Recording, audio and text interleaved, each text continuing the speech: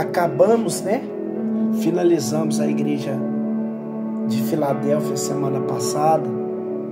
E essa semana a gente vai entrar no estudo da igreja de Filadélfia, né? E para todos que estão inseridos nesse ensinamento, sabe que nós estamos estudando as 7 cartas que foram enviadas às igrejas da Ásia Menor, que está exatamente no capítulo 2 e 3 do livro do Apocalipse. Nós já estudamos 6 dessas. Das 7, nós estudamos 6. Vamos relembrar, recapitular o que já vimos? Estudamos a primeira, que foi enviada à igreja de Éfeso. Você lembra disso? Aquela igreja que foi muito elogiada por Cristo. Jesus elogiou o serviço, a fé, a perseverança, mas Jesus repreendeu a igreja de Éfeso porque eles permitiram que o amor se esfriasse. Estudamos a segunda carta, que foi endereçada à igreja de Esmirna, aquela igreja materialmente pobre, mas que Jesus diz assim: mas tu és rica.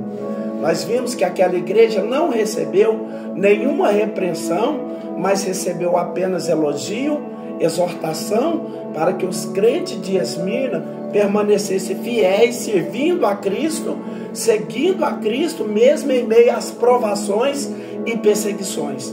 Estudamos a terceira, que foi enviada à igreja de Pérgamo. Você lembra disso? Aquela igreja que Jesus disse que habitava aonde estava o trono de Satanás. Nós vimos que na igreja de Pérgamo havia seguidores da doutrina de Balaão e dos nicolaítas.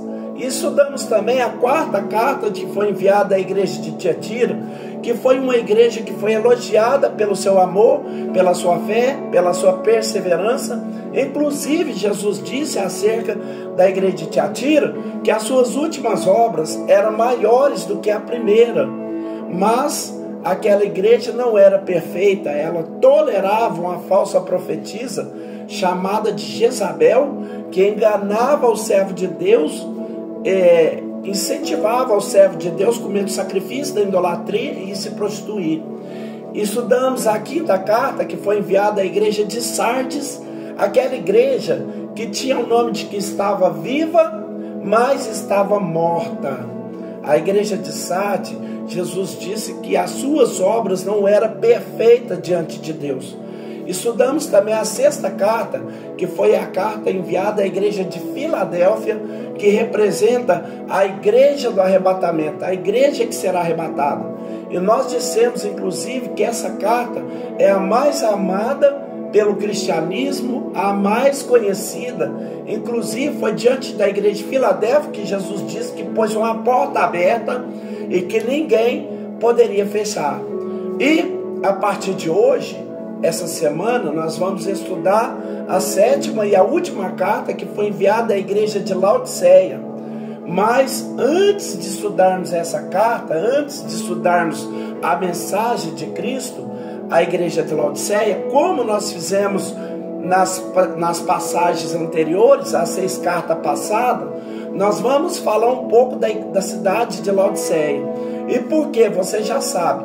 Se você tem acompanhado aqui, você já sabe, quanto mais nós conhecermos as cartas, a cidade, mais será fácil compreender a mensagem de Cristo que foi enviada àquela igreja. Então, nessa aula introdutória sobre a sétima carta, que foi enviada à igreja de Laodiceia, nós vamos falar sobre a cidade de Laodiceia, nós vamos falar sobre algumas características dessa cidade e vamos também falar sobre a carta, para depois nós estudarmos o texto bíblico que está registrada, essa última carta, né, que é exatamente no capítulo de número 3, no livro do Apocalipse, e os versículos 14 até o versículo de número 22. Vou falar um pouco sobre a cidade de Laodiceia. O nome Laodiceia significa justiça do povo, e essa cidade foi fundada por Antíoco II do terceiro século da era cristã, no ano 250 a.C., e ele deu o nome a essa cidade em homenagem à sua esposa, cujo nome era Laodice. Inclusive, você sabe disso, eu já disse em outras vezes, quem vai hoje à Turquia, ele visita não só a ilha de Patmos, mas também tem a oportunidade de estudar a cidade, as 7 cidades onde estavam as 7 igrejas. E quem vai lá vai ver as ruínas, né? Algumas ruínas que mostram as colunas, né? Onde ainda hoje existem as ruínas que estão lá, como uma comprovação, uma confirmação que realmente a cidade de Laodiceia, ela existiu nos tempos passados. E nós vamos perceber ainda que essa cidade era uma cidade muito importante, era uma cidade de uma localização privilegiada, porque ficava no meio das grandes rotas comerciais. Inclusive você vai entender que alguns turistas passavam entre a cidade, no meio das colunas, né, onde está em pé lá até hoje. O que fazia no passado com que a cidade fosse importante? Primeiro, quando a cidade era uma cidade portuária. Nós vimos que a cidade de Éfeso, de Esmirna, era cidade portuária.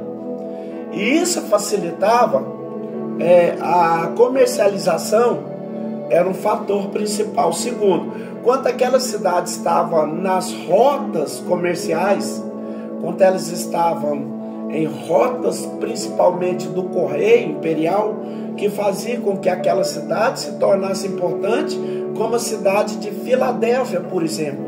E nós podemos perceber ainda que as cidades eram ricas, elas eram famosas também pelo seu comércio.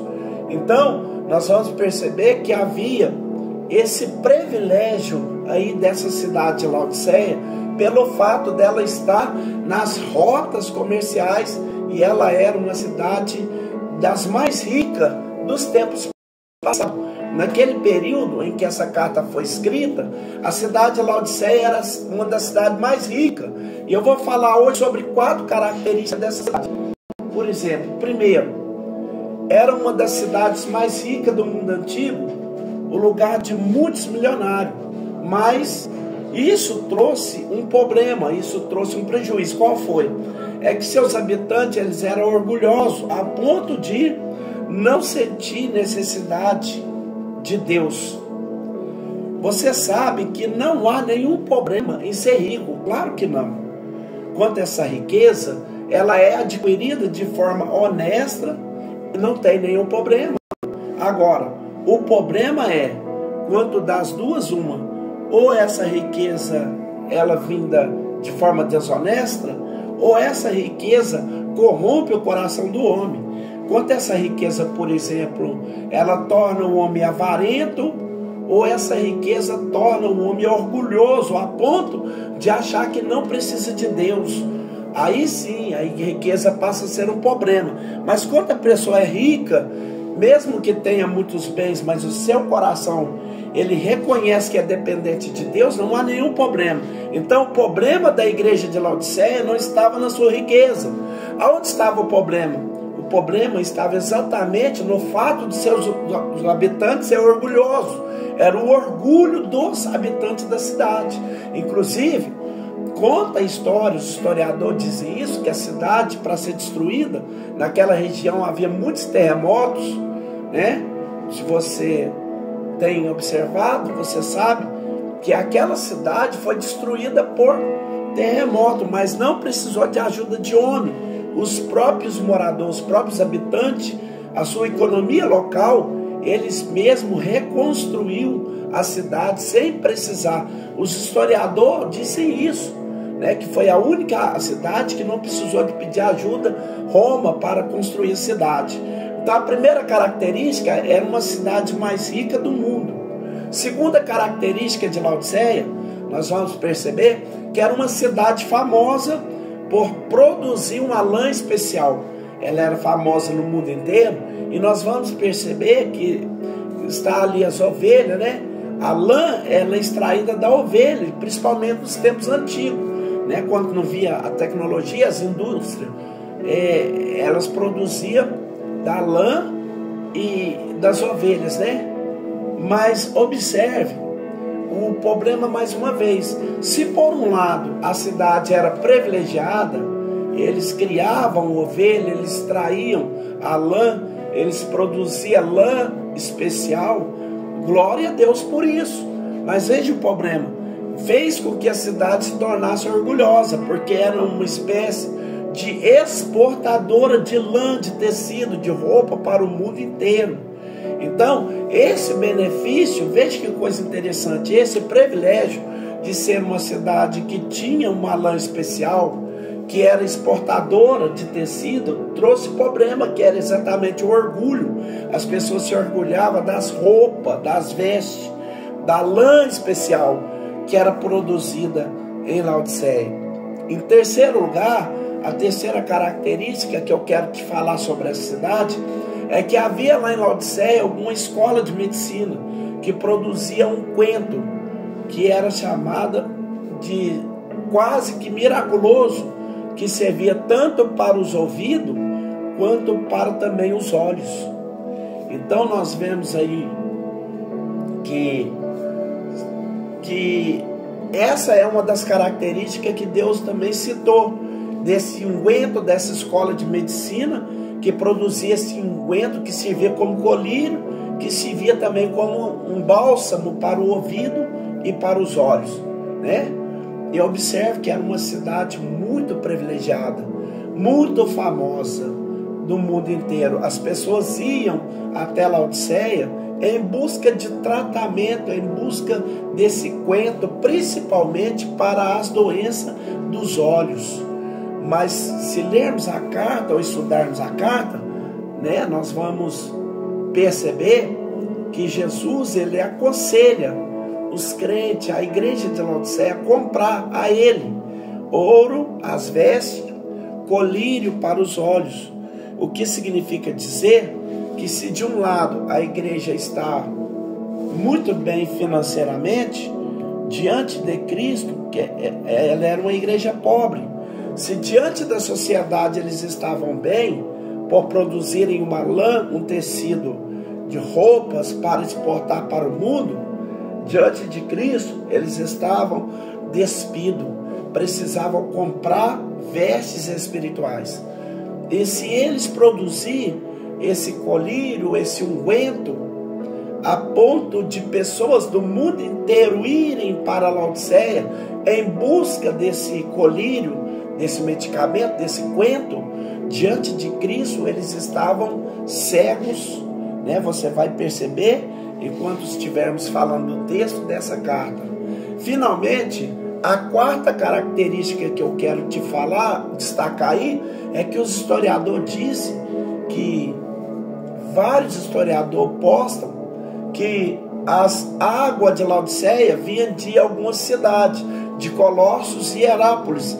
Em Colossos havia fonte de água fria e em Herápolis havia fonte de água quente, tornando as águas lá de Laodiceia intragáveis.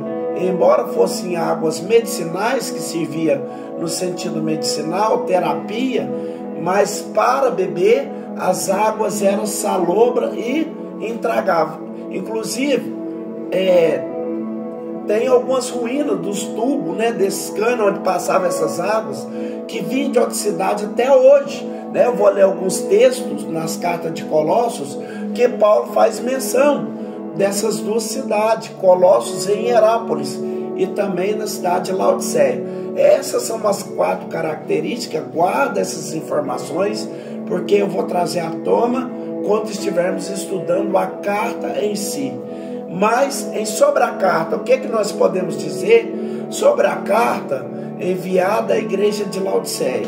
Ora, nós podemos dizer de uma forma resumida, é que das 7 cartas, a carta enviada à igreja de Laodiceia é aquela que destaca por 2 questões principais. Primeiro, por não conter elogio. Que tristeza, né, para muitos, né? Nós estudamos essas 6 cartas e nós percebemos isso. Jesus sempre elogiava uma virtude da igreja. Havia alguma coisa nela, que seja a fé, o amor ou a perseverança. Mas a igreja de Laodiceia, meus irmãos, ela não recebe nenhum elogio. Não houve nada naquela igreja que Jesus elogiasse. Uma tragédia para uma igreja é receber uma carta de Cristo, aonde nessa carta não se encontra nenhum elogio. Jesus não elogia nem a fé, nem o serviço, nem a paciência, nem a perseverança, nada.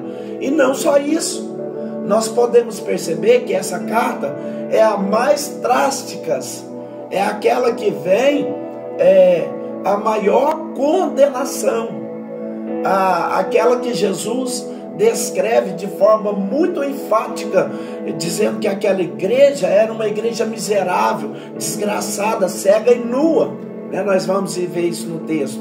Além da igreja não receber elogio, meus irmãos, ela recebeu essa dura repreensão que nós vamos estudar nas próximas manifestações. Só para entendermos o que estamos dizendo, Jesus vai dizer a essa igreja de Laodiceia, aí Jesus disse: como dizes, rico sou e estou enriquecido e de nada tenho falta. Mas é como ele se sentia. Mas Jesus diz: não sabe que és nu, desgraçado, miserável, e pobre e cego e nu. Que tragédia, né? Para uma igreja receber uma mensagem tão drástica da pessoa do Senhor Jesus. Mas são apenas informações introdutórias para você poder compreender melhor a carta, e a partir de agora, aí sim, nós vamos começar a estudar a carta a partir do verso 14. A sétima carta da igreja de Laodiceia está exatamente no capítulo 3 do Apocalipse, versículo 14. Eu já li isso aqui, você já sabe. Se você dispõe de uma Bíblia, é melhor ainda. Mas se você não tiver, aí você acompanha no que eu vou falar aqui. Mas eu queria que você conferisse. Agora, se você não tem uma Bíblia, então você pode acompanhar, né, só com a sua audição, e depois marca com uma caneta num papel para depois você conferir. Então vamos começar no versículo de número 14. Aí o anjo da igreja que está em Laodiceia escreve: bem, vamos relembrar o que você já sabe. Nós já dissemos em várias ocasiões que esse anjo não se trata de um ser celestial, um ser espiritual, e sim o líder, o pastor, o obreiro responsável pelaquela igreja, que deveria receber essa carta, que deveria ler a carta para a congregação. Você sabe disso? Estou só te relembrando. E nós não podemos dizer quem é o pastor, não sabemos dizer quem era o líder da igreja de Laodiceia. Agora, lendo as epístolas paulinas, nós vamos perceber que um dos colaboradores de Paulo, chamado Epáfras, ele foi pastor nessa igreja, ele foi líder nessa igreja. E eu quero lhe convidar para você abrir sua Bíblia para junto lermos alguns textos. Vamos lá para a carta de Paulo aos Colossenses, no capítulo de número 4, nós queremos ler os versículos 12 e 13. Paulo vai fazer menção a esse companheiro, a esse colaborador chamado Epáfras. Capítulo 4, versículo 12 e 13 da epístola de Paulo aos Colossenses diz assim: saúda-vos Epáfras. Detalhes, essa carta foi escrita à igreja de Colossos, aos Colossenses, não é a igreja de Laodiceia.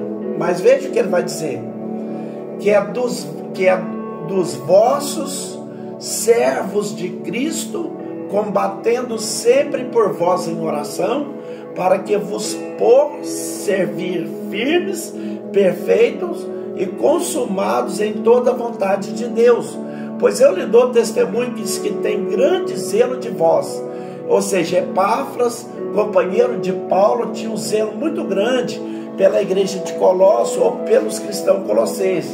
Aí ele diz: temos que estamos em Laodiceia e pelos que estão em Herápolis. Que coisa interessante. Ele menciona exatamente aqui aquelas outras cidades da onde vinham as águas, Colossos e Herápolis, da onde vinham as águas que abasteciam também a cidade de Laodiceia.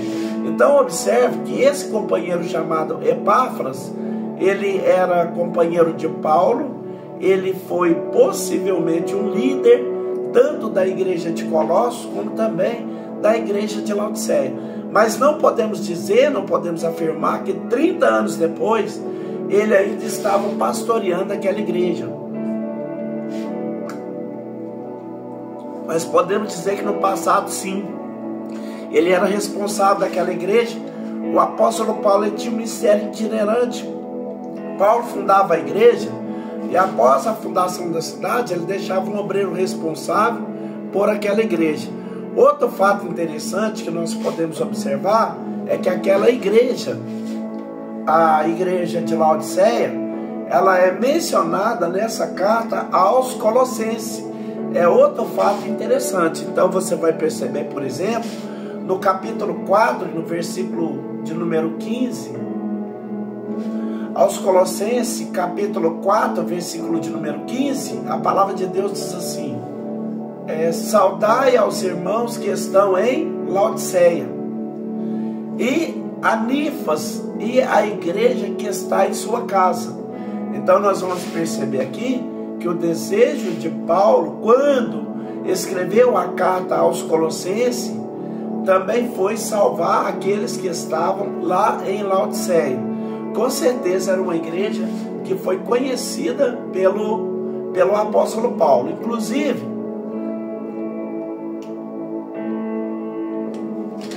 nós podemos afirmar que a igreja de Laodiceia recebeu uma carta de Paulo. Essa carta não está na Bíblia, ela foi preservada, mas Paulo faz menção dessa carta em sua epístola aos Colossenses.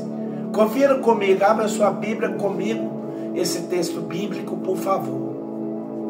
Veja o que Paulo disse em Colossenses, capítulo 4, versículo 16. Ele diz assim: e quanto a essa epístola, qual? Epístola aos Colossenses, tiver sido lida entre vós, fazei que também o seja na igreja dos Laodicenses.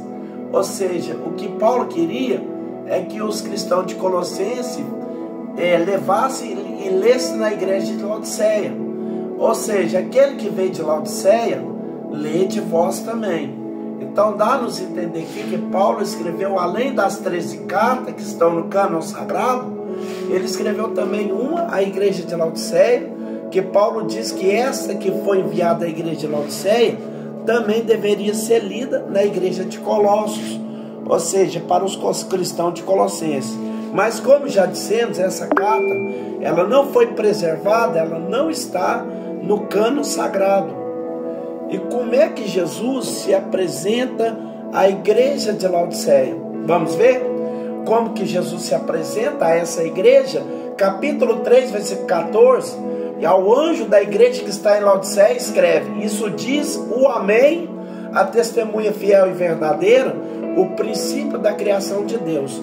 Então Jesus se identifica, o primeiro ele diz: isto diz o Amém. E a palavra Amém, você sabe que o significado dessa expressão é assim seja.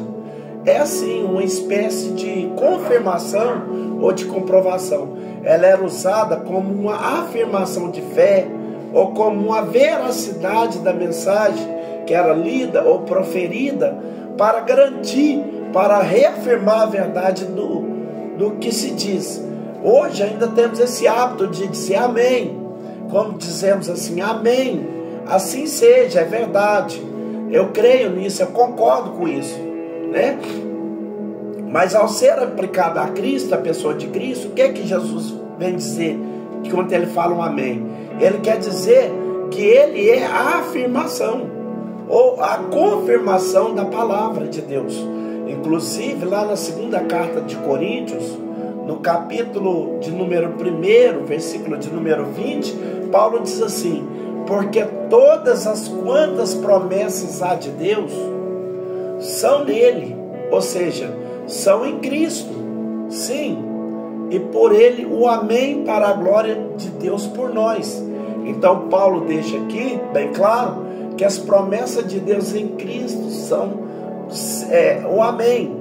Enquanto Jesus apresenta como amém, significa que Cristo é aquele cujas afirmações são verdadeiras, aquele cujas promessas pode ser se ter uma confiança total. Nós podemos crer, nós podemos acreditar, ele é o amém, o assim seja.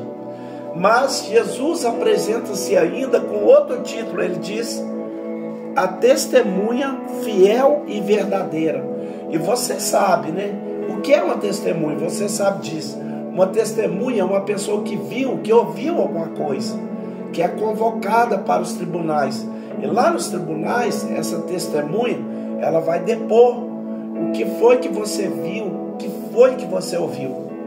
E é interessante nós observarmos que para ser uma boa testemunha, para ser uma testemunha digna de crédito, ela precisa ter pelo menos 3 coisas.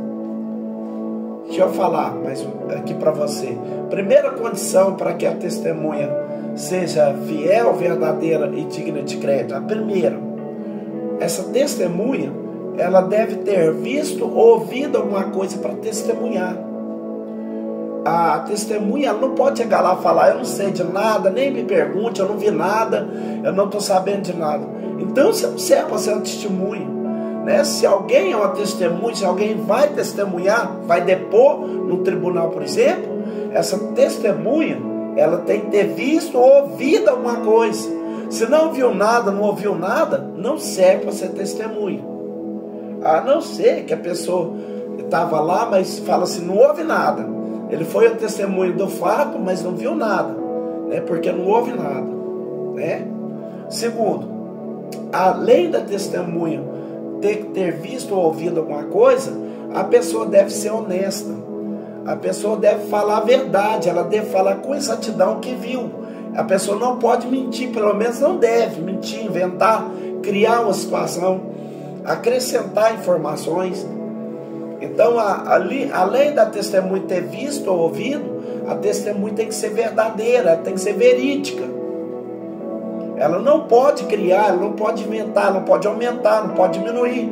Ela tem que dizer pura e simplesmente aquilo que ela ouviu e viu, né? Pelo menos é isso que se espera na testemunha. Quando o juiz convoca uma pessoa para ser testemunha, ele espera que essa pessoa viu e ouviu e fala a verdade, não invente. Terceira condição que uma testemunha deve ter é habilidade. A pessoa precisa saber expressar o que viu e o que ouviu, para que seu testemunho seja conhecido como autêntico, como verdadeiro. A pessoa tem que saber se expressar. Então, por exemplo, uma pessoa que sofre de distúrbios mentais, por exemplo, uma pessoa que vê a alucinação, que tem alucinações ou visões, quem vai acreditar numa testemunha dessa? No testemunho de alguém que não tem uma sã consciência, que é doente mental, por exemplo, né? Que tem uma sanidade mental disturbada. Então eu posso dizer que Jesus, ele satisfaz de maneira perfeita essas 3 condições. Primeiro, Jesus pode ser a testemunha fiel, porque ele conhece todas as coisas, ele é onisciente, ele é onipresente. A onisciência, você sabe, onisciente quer dizer, ele tem conhecimento de tudo, ele conhece todas as coisas. Mas não só isso, ele é onipresente, ele está presente. João viu Jesus no meio dos 7 cardeais. Então Jesus, ele tem esse poder de estar em todos os lugares ao mesmo tempo. Ele pode testemunhar. Se é um testemunho fiel, é porque ele viu e ouviu todas as coisas. Em segundo lugar, Jesus é uma testemunha verdadeira, fiel. Ele não mente. Nós podemos crer, nós podemos confiar nas suas palavras. Jesus, ele não inventa, não acrescenta, ele não diminui nada. Ele vai falar apenas o que viu. Nas 7 cartas nós vamos perceber isso. Nenhum daqueles 7 líderes ou obreiro vai receber a carta, pode dizer assim, Jesus está equivocado, isso aqui não é verdade, isso aqui é uma acusação falsa. Nenhum dos 7 pastores poderia dizer. E quando as cartas eram lidas para aquelas 7 igrejas, da mesma forma os cristãos poderiam dizer, amém, é verdade. Isso que Jesus falou acontece aqui. Então quando Jesus diz, por exemplo, para os cristãos lá de Éfeso, que o amor havia se esfriado. Quem que ia duvidar disso? Se as suas palavras são verdadeiras, dignas de crédito, né? Então, quando Jesus disse que a igreja estava lá, onde havia o trono de Satanás, onde havia uma mulher chamada Jezabel, quem queria contextualizar a palavra de Jesus, sendo que tudo que ele fala é digno de crédito, é verdadeiro? Em terceiro lugar, Jesus é capaz de dizer o que viu e ouviu, porque ninguém falou como Jesus fala, ninguém fala como ele. Ele é a própria personificação da sabedoria. Ninguém pode duvidar das suas palavras, meus irmãos. Ninguém fala com tanta sabedoria daquilo que ele viu. Então, quando Jesus se apresenta daquela igreja como testemunho fiel e verdadeiro, significa que os cristãos de Laodiceia não podiam se queixar de ser acusados injustamente, porque Jesus é aquela testemunha fiel e verdadeira, ou seja, autêntica, que conhece perfeitamente o dia a dia, as particularidades, as individualidades de cada cristão daquela igreja, porque ele é onisciente e ele é onipresente. Mas nós encontramos ainda nessa carta um título que precisamos tomar muito cuidado que lemos para não interpretar de forma errada. Jesus, além de ser o Amém, além dele ser a testemunha fiel e verdadeira, o que ele é mais? Veja, aí ele diz, o princípio da criação de Deus. Então, quando Jesus se apresenta como o princípio da criação, não significa dizer que ele foi o primeiro ser, ou a primeira pessoa a ser criada, até porque você sabe que Jesus é eterno. Nós já lemos vários textos aqui que nos provam isso, que Jesus ele nunca teve princípio e Jesus nunca terá fim. Nunca houve período que ele não existisse na eternidade passada, e nem haverá período que ele deixará de existir. É claro que você sabe disso. Como homem, Jesus teve um dia para nascer, para vir ao mundo, teve um dia para morrer e teve um dia para ressuscitar, como homem no caso, né? Ele nasceu como homem, ele morreu como qualquer ser humano morre, e ele ressuscitou e ascendeu aos céus.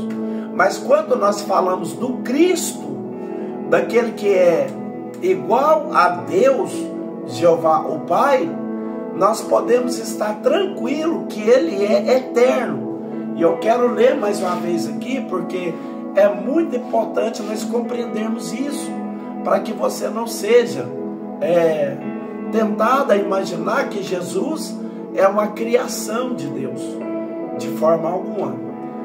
Nós vamos explicar aqui que Jesus ele é criador. Então, por exemplo, João capítulo 1, versículo 1, quando João vai falar sobre Cristo, ele vai falar sobre Jesus. João diz assim, no princípio, lá no início de todas as coisas, era o verbo, e o verbo aqui está com V maiúsculo, e esse verbo aqui é o próprio Cristo. É um termo utilizado para referência pessoal de Cristo. E João disse, o verbo estava com Deus e o verbo era Deus. Nós vamos perceber ainda, no mesmo capítulo, Evangelho de Jesus Cristo, escrito por João, capítulo de número 8, versículo de número 56. Quando os judeus que não creram em Cristo, as autoridades religiosas de Israel, que estavam se envaidecendo porque era descendente de Abraão, Isaac e Jacó, aí Jesus disse lá em João capítulo 8, versículo 56, Jesus disse a ele, Abraão, vosso pai, exultou por ver o meu dia, e viu e se alegrou-se. Aí eles perguntaram assim, ainda não tem 50 anos e viste Abraão? Aí Jesus disse, em verdade vos digo, que antes que Abraão existisse, eu sou. Eu poderia citar ainda, lá no Evangelho escrito por João, no capítulo de número 17, que é a sua oração sacerdotal. Jesus estava orando, conversando com o Pai, no versículo de número 1, Jesus diz assim: Pai, é chegado a hora, glorifica o teu filho, para que o teu filho glorifique a ti.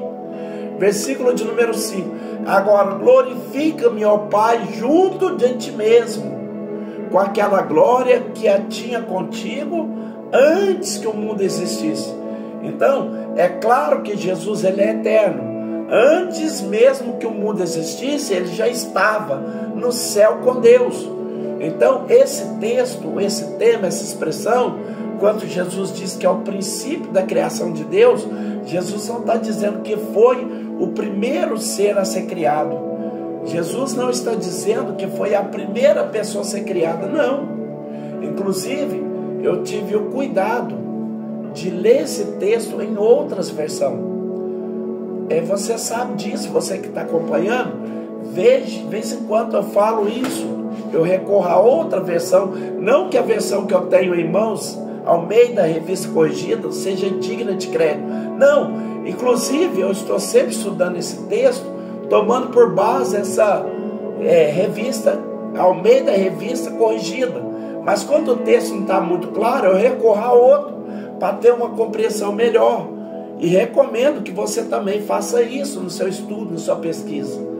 Por exemplo, na NVI, que é a nova versão internacional, diz assim: essas são as palavras do Amém, a testemunha fiel e verdadeira, o soberano da criação de Deus. Veja que a NVI apresenta Jesus como soberano. Na King James diz assim: assim declaram Amém, a testemunha fiel e verdadeira, o soberano da criação de Deus. Mais uma vez, a expressão é soberano. Na nova versão transformadora NVT, essa é a mensagem daquele que é um Amém, a testemunha fiel e verdadeira, a origem da criação de Deus.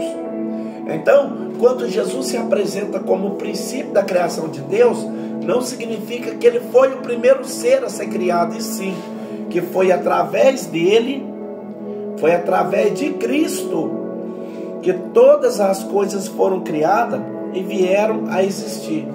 E eu quero convidar você para ler 2 versículos lá no Evangelho escrito por João, mais uma vez, no capítulo 1 e no versículo 3, que diz assim: todas as coisas foram feitas por ele que é Cristo, o Verbo, que está no versículo 1. E João diz assim: e sem ele, ou seja, sem Cristo, nada do que foi feito se fez. Versículo de número 10 diz assim: estava no mundo, e o mundo foi feito por ele, e o mundo não conheceu.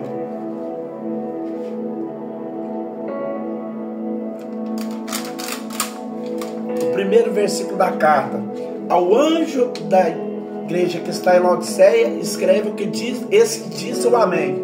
Ou seja, aquele que é a comprovação, a confirmação da mensagem de Deus aos homens. Mas não só isso, ele diz a testemunha fiel e verdadeira, ou seja, aquele que viu e ouviu todas as coisas, aquele que conhece as profundezas de Deus, os mistérios de Deus, mas conhece também a sua igreja, na sua individualidade, nas suas características. Ele conhece todas as coisas. E quando Jesus diz que é o princípio da criação de Deus, ele está dizendo aquele que é criador, aquele que participou ativamente da criação, porque ele é não apenas uma criatura, mas ele é o próprio Criador, como vimos. Ele é eterno e participou tão avivamente da criação que João chega a dizer que todas as coisas foram feitas por ele, e sem ele nada, absolutamente nada do que foi feito se fez. Então, meus irmãos, essa é uma parte desse nosso estudo. Na próxima manifestação, que será na próxima segunda, eu estarei passando mais uma parte desse estudo, relacionado à igreja de Laodiceia, porque já deu tempo, falta apenas 2 minutos para as 22 horas, e a partir das 23 horas os irmãos vão estar entrando, com a oração para agradecer, para engrandecer, para glorificar ao nosso Deus, Então nós temos que ter ordem e decência para que todos participem com alegria, né? Sem murmuração, sem nenhum rancor, sem nenhuma tristeza, né? Porque às vezes a falta de regra, né? A falta de andar nos conformes faz alguém sentir mal, né? Então vamos já fazer a oração da fé para que esse estudo seja uma bênção, né? Imagina, gente, um estudo rico desse, com tantos detalhes, no finalzinho a gente perder a bênção por causa de horário. Não pode, né? Vamos já fazer a oração da fé. Querido Deus eterno e glorioso Pai, em nome do Senhor Jesus Cristo, eu coloco a minha vida, a vida de cada um participante que está envolvido comigo nesse estudo, nessa noite. Que o Senhor visita cada pessoa. Pai, que essas palavras fiquem gravadas no coração de cada um dos seus filhos e que a bênção do Senhor, meu Pai, possa ser a referência mais próxima de cada um de nós, em nome do Pai, do Filho e do Espírito Santo. Que a graça de Deus, o amor do nosso Senhor Jesus Cristo e as doces consolação do Espírito Santo esteja com todos vocês e toda a igreja diga amém. Amém. Graças a Deus. A paz do Senhor a todos, meus irmãos. Amém. A paz do Senhor Jesus. Amém. A paz do Senhor Jesus a todos.